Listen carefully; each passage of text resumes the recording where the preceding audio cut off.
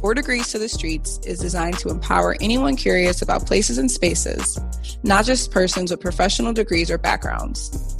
Here we will cover a host of topics, including transportation, health, housing, and the environment through the lens of racism, classism, and sexism, and give listeners the tools they need to overcome institutional barriers. Follow us on Twitter and Instagram at the 4 Degrees Pod, and tune in every other Tuesday where Nimo and Jas keep it 4 degrees to the streets. Hi, everyone. Welcome back to the 4 Degrees to the Streets podcast. I'm Jasmine. She's Nimo. We are here for season 3, episode 9. Yeah, it's episode 9. Mm-hmm. We are winding this down. This season has gone by extremely fast. Started with Nimo in LA. I was doing an in-person episode. We had a Black History Month segment where we featured Black-owned health and wellness brands. We are now entering the end of Women's History Month, which is March of the year 2023, and we're reminded of our last season, episode 9. Wow, the same time. Decision making in public space, gender, race, and class, in which we interviewed women from different coastal cities on their experience navigating public space. And we just wanted to highlight that and hope everyone has had a wonderful Black History Month and wonderful Women's History Month. Nimo, how are you doing? What's going on? I'm doing well.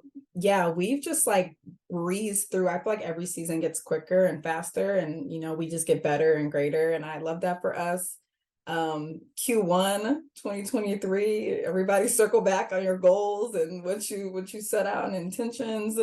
I feel like I'm kind of doing that. I feel like my Q1 reset is more significant than my January. It's you have the first 3 months a little shaky. What do you want to make of it? But no, I'm feeling good. It's getting warmer. And so excited to spend some more time outside, which, speaking of, we're going to hit another episode 9 that we talked about. So now we're going to season 1, episode 9.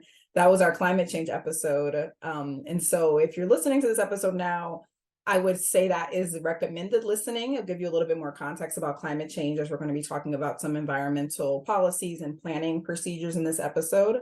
But really what we're going to be talking about today is our last episode, episode 8, with Byron Nicholas from Black and Urban. We discussed the bipartisan infrastructure law, regional planning, and then we also looked at one of the new projects that came out of the bipartisan infrastructure law or bill, the Read Connecting Communities pilot. And so we wanted to come back and spend a little bit more time, because truly we could have even done 2 episodes just when we were recording that last one. There was a lot of information. So we wanted to give a little bit more context and discuss how MPOs and DOT funding work together a little bit broadly, before bill, and what that looks like on a regular basis outside of this historic investment.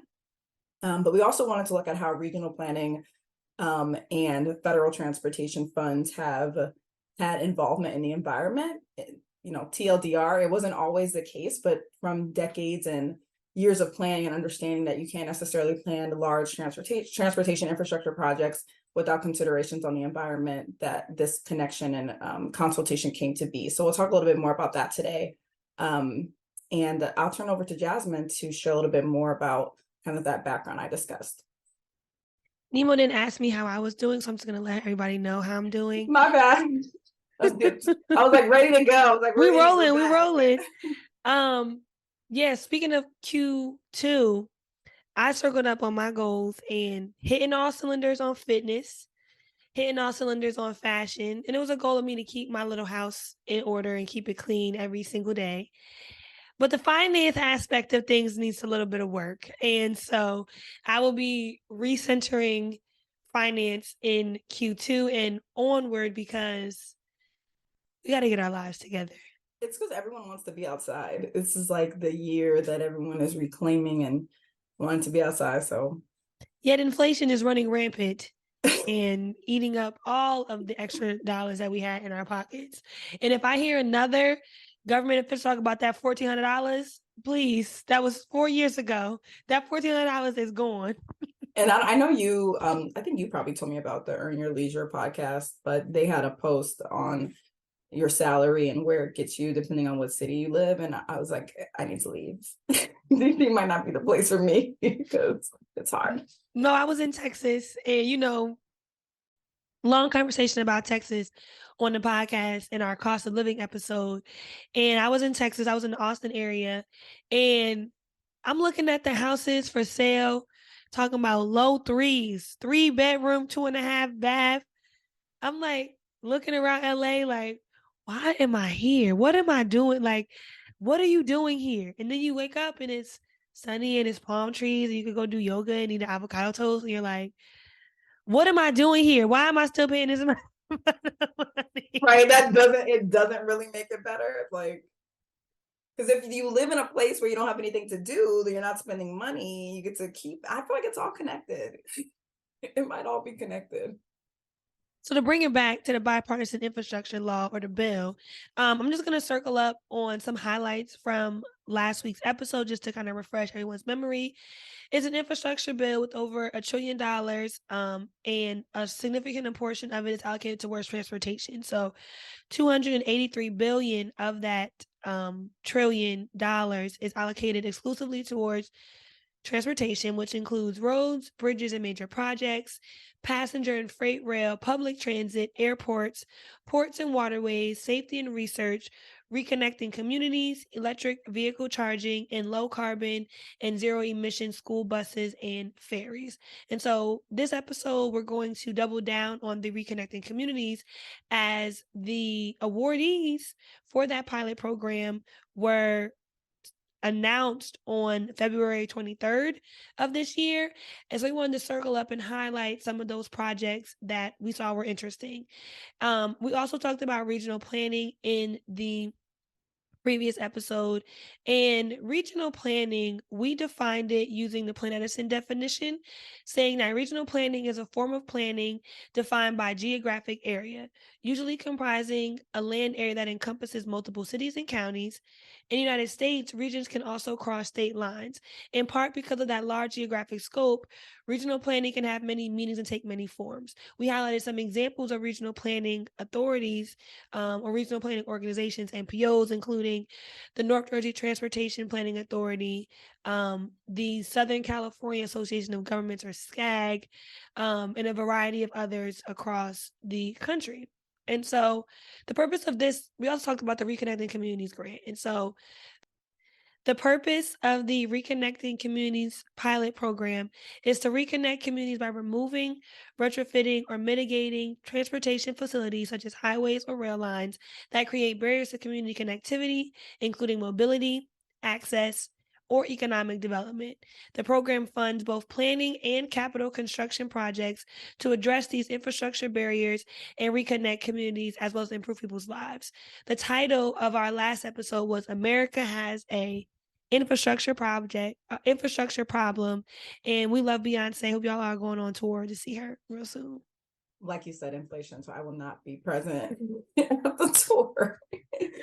But yeah, no, thanks for that recap, Jasmine. So now that we've looked at, kind of revisited the impact that bill had specifically on transportation, and how MPOs are involved. One thing before we get into some of the reconnecting community projects, I feel like something that we didn't necessarily cover in the last episode, simply because we would have been talking for 2 hours, but really breaking down why federal funding is important and how it's distributed, and how it's happened over time. So we're going to kind of go dive a little bit back into history and look at something called federal transportation authorization, which is how the federal government legally mandates and basically gives the funding, the distribution, to both states, MPOs, cities, the varying levels of jurisdictions in the country, and how they get access to use those funds and what they can use it for and how they can use it and how they can be approved and all of that. So I'll turn it back to Jasmine. So there's a variety of bills or authorizations that come out every couple of years, typically following within administration's goals or priorities that direct spending of DOTs, of transit authorities, of ports and waterways, of airport facilities. And we're going to specifically talk about the ones that impact highways. And by highways, we mean roads, bridges, tunnels, actual highways, neighborhood streets, etc. And so every federal aid program or activity, including the federal aid highway program, requires a legal authority to operate, meaning that an entity, New York State DOT, has to have legal authority to operate these roads and bridges and tunnels across the state of New York. The authorization allows them to do these activities, but also provides funding for capital projects or for planning projects. And so we began having these in the United States in 1916, as early as 1916, with the Federal Aid Road Act, and then following up with the Federal Aid Highway Act of 1921. And the titles of these bills, similar to the Bipartisan Infrastructure Law or BIL bill, always have these acronyms that often give you a sense of what the bill is going to be about. And so we have Safety Lu, which is SAFETEA-LU, and that came out in 2005, and it stands for Safe, Accountable, Flexible, Efficient Transportation Equity Act, a legacy for all users. And essentially, this authorization came out with a lot of funding opportunities and regulations around what highway safety encompassed. And it gave state DOTs and regional planning authorities direction on how the federal government was going to support local transportation spending. Then we have Whenever I look at that acronym, the Safety Lu, I'm always like, what's the T on safety? Like, it's just like, even in 2005, T wasn't even a phrase that people use, but that's what, when I look at it now, I'm like, that is such an acronym. It's long too. It's unnecessarily long. We have MAP 21, which did not come out in 2021. It came out in 2012. This came out under the Obama administration and stands for Moving Ahead for Progress in the 21st Century. And so it's a designed measure to build up America's infrastructure. It was a progressive infrastructure, a smaller infrastructure bill. You kind of have to wonder, the Obama-Biden administration and now Biden in his own term now, how infrastructure has consistently been playing a role in his experience at one of the highest levels of government we have in the United States. And then we have the FAST Act in 2005, which stands for Fixing America's Surface Transportation. Again, this is more of a bill designed to do more of those operational and daily maintenance requirements of state DOTs. And then finally, we have what we're looking at now, the Infrastructure and Investment and Jobs Act of 2021, or the Bipartisan Infrastructure Law. And this is a long-term investment in our nation's infrastructure, different from the other two in that Safety Lu is about safety. MAP 21 is about innovative and green kind of transportation improvements. And then the FAST Act is strictly about repairs and maintenance, deferred maintenance. And now this larger bill is kind of pulling all those together and saying, look, we tried all these little piecemeal solutions. We're going to make one large bill, $1.2 trillion bill to bring all these initiatives together. And we're going to have an inclusive and equitable and safe and green and efficient transportation network on the other side. Thanks for that, Jasmine. And we'll have in the show notes some comparison charts on how these acts differ and these authorizations differ. But yeah, like Jasmine said, it definitely reflects what the priority was at the time. You know, a lot of these were before my time in planning or transportation. So, but I definitely have heard them referenced over the years and heard them compared in different transportation settings. And so bill is no different. It's like the latest, hottest thing of like, how is this going to be used? How is it going to be different from the other ones? What do we know about the past ones and how can that impact, you know, whether that's for competing for competitive funds and things like that. I specifically wanted to highlight Safety Lu as we think about environmental concerns and how MPOs are involved. And so specifically that act in 2005, there was a section 6001 that required MPOs and DOTs, Department of Transportation and metropolitan planning organizations, to have discussions of potential environmental mitigation activities. And with those discussions, they were supposed to include specific areas in their long-range plans and have consultation with federal, state, tribal, wildlife, land management, and regulatory agencies, essentially requiring them to talk to their sister agencies, talk to their partner agencies, talk to their neighboring jurisdictions to understand what the potential environmental risk could be, both in their long-range plans and also for any transportation projects as well. And that sounds like a pretty light ask. Like, it's nothing super specific.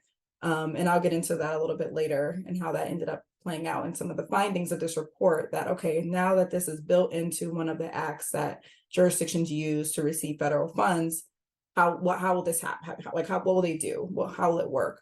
And something that made specifically looking at environmental risk and impacts, something that brought it to the forefront was about 11 years earlier in 1994, Clinton signed an executive order that ensured that every federally funded project would have to consider the human environment when taking planning or decision-making processes. And so that led to environmental justice requirements throughout the federal government. And we talk about that, and I mentioned earlier in season 1, episode 9. The requirement for MPOs and DOTs to include a discussion is very broad, and you can see it in the different MPO planning documents. We talked a lot about what those planning documents were in previous episodes. When you open those documents, say by the New Jersey MPO or the Southern California MPO or the Bay Area MPO, when you read them, they all have like an environmental justice element, and the scope and the depth in which they do this little discussion or analysis varies. I've seen MPOs simply just map what they consider EJ populations in their jurisdiction. So they'll make a map of what they consider environmental justice populations, which are I'm gonna mess them up, but generally they are minorities, low-income persons, rural persons, and I believe persons with disabilities are also included, and elders might be included in that demographic also. And they'll map where they are using census data, and they'll overlay where their planned capital projects are located to try to say, okay, look, we have 100 capital improvement projects ranging from a small pedestrian crosswalk to a large highway or rail expansion. And here's where those projects are happening in relation to our quote unquote vulnerable populations. We can say that we're making an equitable effort because 50% of our projects are in EJ neighborhoods and 50% are in non-EJ neighborhoods, just as an example. I've seen that done. I've also seen MPOs make a more concerted effort to locate their community engagement activities in environmental justice neighborhoods. And so they'll go to those areas mapped out, and they'll make sure that they do engagement in those communities, maybe more so than they would do them, say, in the downtown area. Yeah, that's so true. And EPA has the EJ Screen tool that does some of that mapping of those environmental justice and historically disadvantaged areas. And it's interesting when you think about tools, and we've talked about, different planning tools in different episodes, but tools are super helpful and they're beneficial, but then do they become like, I don't know if cop out is the word, but do they just become like placeholders? Like, well, we use this tool that was accessible and didn't require us to do any deep analysis, and so therefore we did our part. And looking at the Southern California Association of Governments, one thing that I did appreciate about how they interpreted this requirement, they did look at the specific populations, but they went a little bit deeper in there, and they did like a long-term analysis between 2012 and 2035 that included both historical and projected populations, benefits and burdens, travel time, accessibility for work and shopping to parks, gentrification and displacement, regional emissions, and both localized emissions and noise. And so I feel like that gives a little bit more of a full picture of how physical environment can impact your daily life, rather than just looking at census data that was already there. And the scope at which the MPO does this analysis kind of lends to the impact of the plan, right? So if your EJ discussion is really just a discussion, we can reasonably assume that the impact of your plans and your projects and your programs are not going to be equitable because you didn't even do the work on the front end to assess what is currently the baseline standard. So that's a really good point, Nemo. Thanks for shouting that out. Yeah, and so this study, which is a little bit dated, that came out. So this requirement started in 2005, and USDOT did an analysis of the findings and used several different jurisdictions and MPOs as case studies in 2009. And overall, what they found was that because the new requirement was so broad to have these conversations on environmental mitigation, it did allow some space for jurisdictions to be creative. It did start conversations and allow transportation agencies that maybe weren't collaborating with regulatory agencies or environment agencies to be at the room and have more coordination up front in the planning process, rather than when design and construction has already started and that then they're realizing these environmental concerns. So I do think that is a benefit. It does seem very surface level. And so I'll talk in a second a little bit about what Bill is doing now to center the environment, bipartisan infrastructure law. And overall, some of the recommendations that came out was that they realized they needed to start at the planning phase earlier, and have a specific emphasis on community engagement, which is a common recommendation. But sharing this with you all just for some background of what goes on in the rooms where it happens and when they make these requirements, and as we kind of add a little bit of a three-dimensionalness to this kind of very two-dimensional idea of what it means to have federal funds and how that impacts what you see on a day-to-day basis. And so with the bipartisan infrastructure law, it has been seen as having more focus on environment, but again, time will tell on how these funds will be used and what requirements will actually force jurisdictions to use the funds for climate friendly projects, such as transit, active transportation, so biking and walking, or they could also use the funds to make highways wider and then therefore increase demand and have more single occupancy vehicles on the road, contributing to air pollution. So time will tell, but one thing that Bill did was it revised the National Highway Performance Program. And so that makes up about half of the Highway Trust Fund spending. And so that's one of the larger pots that jurisdictions can, that is authorized for jurisdictions to spend on highways. And that specific program, they revised their mission.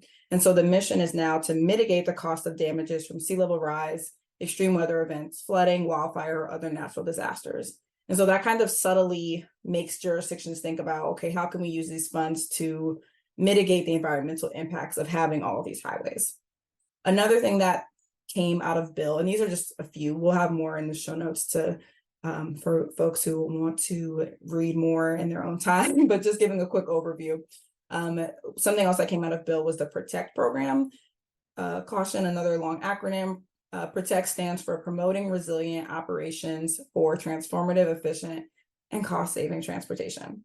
And so states and MPOs can use this program and tap into these funds to make infrastructure more climate resilient, more resilient. So existing pieces of infrastructure, whether that's bridges or, highways, roadways, whatever could potentially be damaged by storms or extreme weather events that we have seen as a result of climate change, they can use this to make their infrastructure stand up against those types of weather disasters. I think it's important to highlight how it centers the environment, because it's not often that infrastructure projects consider, we talked about this with Byron on the episode, was like, it's truly an equitable bill. We will see through looking at the awardees how it's implemented, but I think the purpose of the bill is really to consider people, environment, and infrastructure with the overlay of equity. So I really I appreciate you highlighting the environmental pieces. So I just want to provide some more background on the Reconnecting Communities pilot program, because that's what we're going to spend the next portion of this episode discussing, the awardees. And so ironically, I think the day the episode came out, the awardees were announced. And so we had to circle back and bring y'all this information. And so the USDOT... Well, I was going to say, and now in the time we've taken to record this episode, like this follow-up episode, there's been a lot of conversation, there's been a lot of reports, there's been a lot of data that's been coming out about these awardees. And so I'm excited to talk more about it. And, we may even do another follow-up later, because stuff is happening every day with these awards, it seems. There may be a bonus episode. We'll see. So the USDOT announced on February 28th that they awarded $185 million to 45 communities through the first round of funding for the Reconnecting Communities Pilot Grant Program. The awardees included 6 capital construction grants and 39 planning grants. And they have a map, which we'll include in our show notes, which shows where the projects are located geographically. And it's pretty widely dispersed across the United States. You see a concentration in the Northeast, that being DC, Philly, Jersey, New York. You see a concentration in the central part of the country, where you see Chicago, Detroit, you see Columbus, Cleveland, you're seeing St. Louis. You see some concentration in the more central Midwestern parts of the states in Oklahoma, Kansas City, and then deep concentration on the West Coast, San Francisco, LA, Seattle, even some projects down in Florida. I will know, however, that the infrastructure projects were most commonly the capital construction projects were most commonly found on coastal cities. So we see Tampa, New York and Jersey, Chicago, Detroit, Buffalo, and LA. Those are all cities that are on the water. And what's important to note about those places, that they're usually older cities with older infrastructure. And so kind of makes sense to see those projects there. Further background on this is that only 20% of the funds allocated towards the Reconnecting Community Pilots program were awarded in this 2022 round of funding, which means there is still a huge pot of money available. So we will be seeing further applications open. So if your community wasn't able to submit or your project wasn't selected, don't give up. Only 20% of that money was used. So they allocated $1 billion towards the Reconnected Communities pilot program, and only $185 million of that was used this round. So we'll see a lot more opportunities for funding. Just looking broadly at the data, the raw data for where these applications came in, they received a total of 414 applications, representing cities, counties, tribal governments, state governments, nonprofits, public housing authorities, special government districts like a downtown improvement district or the waterworks district, and then also higher education facilities such as a public university. Also regional transportation providers such as like MTA. And then those represented the most came from cities, counties, and tribal governments, and then state governments, then nonprofits. And then there was a really big concentration of those special government districts. Around 16 applications came from those areas. And we received, not we, but the USDOT received requests for $1.6 billion was requested between capital and planning grants. And so $1.4 billion was requested for capital construction funds, which on average, people requested about $16.8 million. And the state that submitted the most applications was California, with 49 different applications. Now, California has a lot of cities, but that's a lot of applications. Don't you live there? We do need help, but that's because the next state with the most was New York, with only like 10. So it's like, wow, California, you are doing a lot. They said we're getting it. Those who ask and you shall receive. Closed mouths don't get fed. Yeah, no, thanks for that breakdown, because that's just information that, context that could be helpful for people who do work in jurisdictions or partners. Like you said, nonprofits are also eligible. So it's not just, city or local governments, and kind of knowing what you're up against and who else is competing is good to know, and good to know who is interested in this specific project. As Jasmine recapped in the beginning, to remove barriers that were created through the construction of highways, and repair neighborhoods that were also impacted through those barriers. And so the split between capital projects that will actually receive construction funds to have shovels in the ground, versus planning funds that will be used for, assistance with getting to the design or construction phase. So kind of the more beginning steps for projects. And I think some projects may have asked for construction funds, but then received some planning funds too. So what they asked for and what they got varies. It wasn't, they said this is what you get, make do and manage, and we'll talk a little bit about that too as we go through some of the highlights of the projects. But so New York State and Buffalo, they received the most funding on the capital side at 55.6 million. And so that project is Route 33, also known as the Kensington Expressway. That highway construction project split and displaced a significant amount of the Black population in Buffalo. And when that construction happened, it displaced the Black population to the east side of Buffalo. And that side of the city has less access to amenities. So in terms of jobs, grocery stores, banks, and even with the construction of the highway, it was in the 60s, sorry. In the 60s, not much has been done to revitalize that neighborhood, even through, with the 50, 60 years that have passed, it's still very much the same. And so what this capital construction funds will do is put a 4,000 foot cap over the expressway. And that will hopefully reconnect the east and west roads that were severed, add green space and parks, include complete streets. So thinking about roadways to serve all users. And so that's what some of the goals that they are planning to do for that project. Another capital project that received a bulk of the funding was Shoreline Drive Gateway in Long Beach, California, that received the $30 million. And so currently that project is a high-speed highway that divides neighborhoods again. So it divides the working class Magnolia neighborhood. And the overall goal of that project is to move vehicle traffic with an emphasis on moving pollution away from the nearby schools that are in that area. And when that project is completed, some of the benefits are reducing barriers to having community park space and removing some of the safety hazards on that existing high-speed highway. Nima, when you read the little blurb that was available, which we'll have in our show notes, did you feel convinced about either of these projects? Yeah, so it definitely requires some more investigation. When you look into it, and if you dig and if it's available, you can find the actual proposals that they submitted, which gives a little bit more context. I don't know if I found it for either of these, but I know Buffalo's been talked about a lot, so that one might be available. But I think most of it is very high level. It's hard to say what made one project more appealing to receive funding than another.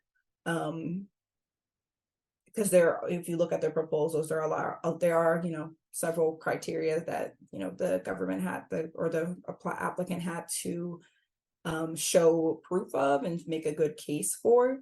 And so looking at one's argument, could it really be different in terms of what's assessed? One area could be stronger. So one jurisdiction may have already done a lot of community engagement and planning, but another jurisdiction could have a significant need, and they have the data that shows that. So it's like, how do you weigh one of those compared to the other in terms of what would have the most impact?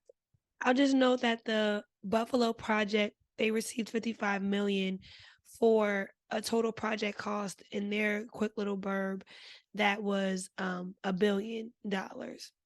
So there should be, when we talked about it, some form of a state or local match, meaning that the federal government has contributed $55 million.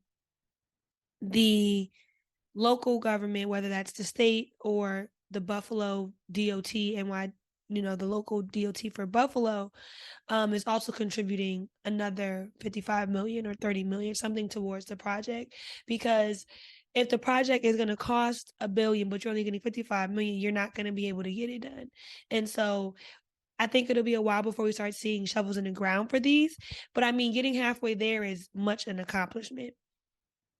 I'm from Jersey, so I want to take a look at a Jersey project that was awarded a capital funding grant. And I wanted to highlight this because I don't think it actually captures the spirit or the essence of the infrastructure bill.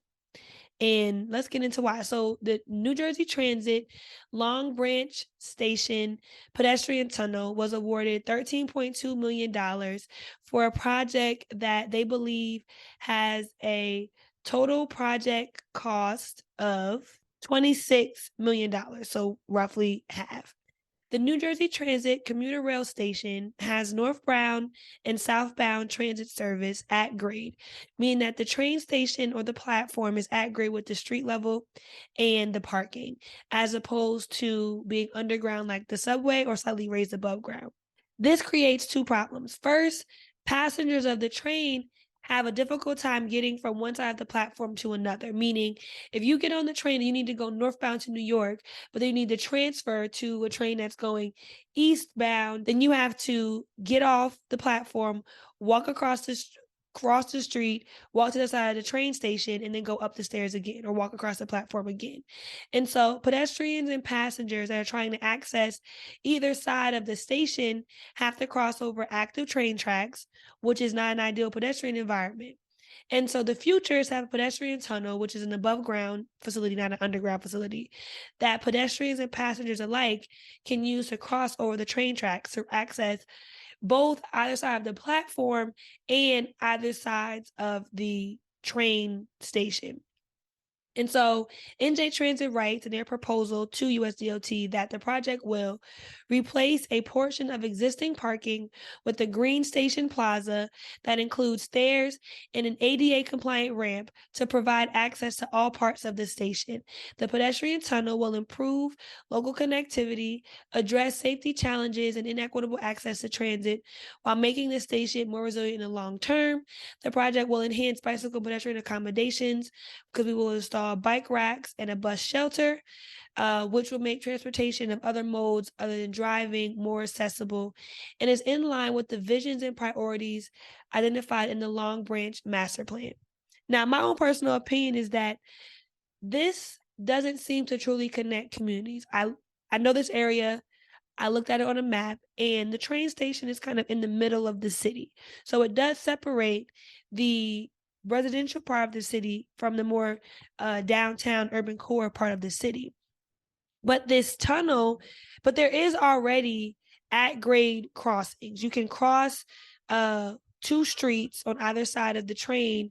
You just have to wait. You know, if there's a train coming, the little arms come down and say you can't walk, you can't drive. But those areas do have sidewalks and you can walk it.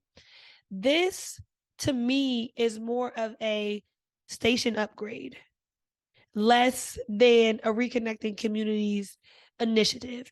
And when I went back to look at the description of the Reconnecting Communities pilot program, it is written broadly enough that with enough data, you can reasonably argue that this tunnel or this bridge over the train tracks from one platform to another will make it easier for pedestrian getting from one side of the city to the other to cross over. But at the end of the day, it is still on NJ Transit property, and it is still a quasi-public bridge that does not mitigate the safety challenges around the station. And I think that there's better ways to improve the connectivity that the train station provides. For one instance, the train station is surrounded by parking. On both sides of the station, there is a huge parking lot. And then in the center of it is a discount store. It's super low density. If you improve the density immediately just to that station, you will thus create walkability. And so I just have thoughts and comments about this receiving $13 million because it doesn't seem to me to really capture the essence of reconnecting communities, because it doesn't seem like the train station itself is a barrier. It's just poorly designed. Yeah, I definitely hear you on it seeming like a station upgrade that New Jersey Transit could have added into their capital plan, their capital improvement plan. And I'm still on so it's not underground? No, so it's called a tunnel, which is confusing, but no, it goes above the station. So they're not going to dig underneath the train. They're going to go above it. And the news articles that came out, the first article came out about this in 2021, where the then mayor, included this in his downtown redevelopment effort, which is the first time it came to the foresight. And now they must have wrote a plan, but it does to me feel like a station upgrade ultimately. Because that's a pedestrian bridge, which if it was titled that, then I automatically would have just not been interested. Like, there were a lot of pedestrian bridges, and to me, a pedestrian bridge is so anti-pedestrian. It's like, we know this street is so dangerous, we just gave up. I just go over it, like fuck it, because the street is so bad. Yeah, we never did make that Vegas real, but for anyone who's been, just a headache. Mad pedestrian bridges in Vegas. Like, just make the street safer. Like, why do I have to go above ground in 120-degree heat and walk up some stairs? And if you miss your pedestrian bridge turn, you stuck. Just one last thing on the Vegas thing. It just gives you an aerial view of the massive roadway as you crawl across it and realize that it was not for you when you don't have a car, or you're not in a car, and therefore you have to be inconvenienced. And think about Vegas. Like, I feel like there's 3 places in the United States that are like very American. I feel like, and it's weird because, okay, so I'll let you know. Vegas, Atlantic City, which are basically the same, and New Orleans. So let's just take AC out. Vegas and New Orleans are like American tourist destinations. But think about how different they are. Like, New Orleans is very walkable. Like, whatever the tourist part of New Orleans is like dense and walkable. You can enjoy all of it on foot. But then Vegas is like this terrible car enclave. And it's like, why do you have all these people drinking and gambling, but they can't walk anywhere? Ew. It's bad. It's so bad. And then there'll be no cabs. And then the Ubers that's a whole. And then it's 125 degrees. Like, okay, so we're going to need to have a follow-up episode on Vegas. America cities. So one of the planning projects I got awarded that I wanted to touch on, and we did a little bit in the previous episode, but again, like I said, more data, more reports have come out, more reactions, is Reconnecting Claiborne, and that was submitted by Louisiana Department of Transportation in the city of New Orleans, and they received $500,000, $500,000 to be used for community engagement efforts in the Claiborne Innovation District. That's kind of a one-sentence summary of what they were allocated that $500,000 to do. And a little bit of context before getting into the project. The Claiborne Innovation District was completed in 2017, 2018, and that was a 19-block transformation of space beneath the elevated portion of the I-10 expressway along Claiborne Avenue. And so that included green infrastructure, improved cultural spaces for arts, crafts, produce, seafood vendors, and it also had plans to include classrooms and exhibit space, technology, educational demonstrations, youth programming, health, social services, and all those things. Really an innovation district built with the residents and the community in mind, I would say. And so this project kind of continues on from that. So the overall plan that Louisiana DOT submitted included improving the section for cultural amenities, bike and pedestrian safety, and doing enhanced lighting, and then also doing safety improvements on the overpass ramp, the on-ramp, and the off-ramp for safety and burial removal. And so that part and then also when they do that, they'll remove part of the infrastructure, and then that land could then be available for affordable housing, and then focusing on commercial real estate for local businesses was included in their proposal. And so to complete the items that they requested above, the total cost was $95 million, and they requested $46 million, and then they received $500,000 for planning. So let me just run that back one more time. So the whole project, so to do the improvements, the on-ramp, the off-ramp, the bike ped safety, that total cost was $95 million.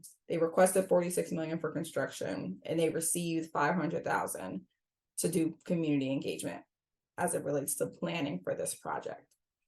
And this is interesting because when the Biden administration was coming out with the Reconnecting Community Pilot, they use Claiborne and I-10 as a textbook example of what it means to reconnect communities.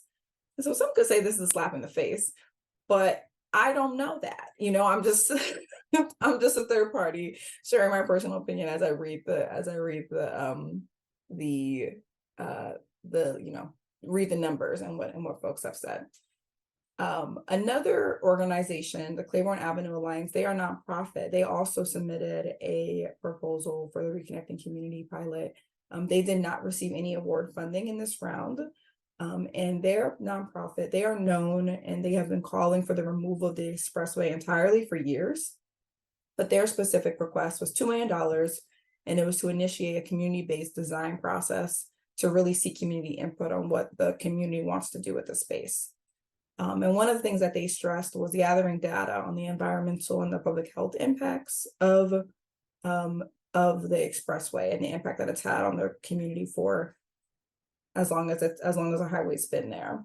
And they've been able to utilize a lot of the existing resources in the community. So looking at Louisiana State University School of Public Health and Tulane University, they've worked with the nonprofit to be able to categorize some of those disparities. And so specifically students from LSU monitored and prioritized the environmental risk, and they were able to identify the significantly higher rates of disease, evaluating the impact of what the proposed solutions would be, some of the past solutions that have come out of livable Claiborne communities, and then also looking at air quality and noise data, and that those who have significantly high exposures of toxins and noise are within 600 feet of the highway. And that the total removal of the expressway is the only way to really eliminate the exposure and the threats that the highway has brought on. And so you see here two proposals, one that got a chunk of planning funds and one that didn't get awards at all, but that have slightly different approaches and ideas of what they want to do with that space. So I think it will be interesting in the years to come to see how these groups either collaborate or what happens with the community engagement efforts that Louisiana DOT and City of New Orleans were funded with, and what the nonprofit continues to do, as they have said that they are going to continue to push and fight and seek funding opportunities to have that community-based design process and really pursue what it would look like to remove the expressway. Now I'm wondering, just playing devil's advocate here, how much of the USDOT's decision making was because there were two applications for the same facility with different priorities? And if their decision to say, okay, look, Louisiana DOT, here's $500,000. Y'all need to go back, circle up with your neighborhood, figure out what you want, because we were just received a really in-depth application from a nonprofit that seems to be active in your community with a different, maybe not a full 180, but a different approach to how we should address this facility. And so I'm just wondering, as I'm listening to your narrative on it, how that played a role in it. Yeah, no, that's a good question. Yeah, no, I completely agree. I wonder how they look next to each other. But again, as someone who may not live in these spaces and may not know the players, as you think about the funding awardees at a high level, you wouldn't even know that there was multiple applications. You wouldn't know who, from where, and what applied. But we will have it in our show notes. I do think the level of work that went into both proposals was really interesting and thorough. As I just mentioned, with the rates of the public health impacts on the community, this is like an emergency. This can't wait. Whatever does happen, whatever is going to take place to hopefully reconnect this community and mitigate some of those impacts that are harming the people who live there.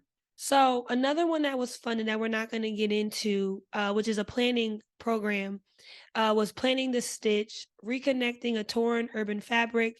And this was in Atlanta. And the Stitch, for those who may not know, is a highway capping project for the downtown connector, which is in downtown Atlanta.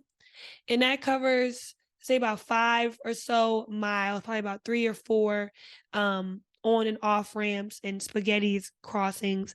And the Stitch has been a very well discussed topic in Atlanta planning circles because the highway, similar to most others, contributes all this pollution and traffic. But the difference is it's in a downtown environment. It's not in a necessarily truly residential environment. And so I think that's why it hasn't gotten as much draw and attraction, because it seems like something that quote unquote downtown business interest want rather than a neighborhood. And so the link to the Stitch ATL will be in our show notes, and you can peruse their website and their frequently asked questions and see what that initiative is about. But they received $1.1 million in planning. And so from their website, they are in the true planning stage.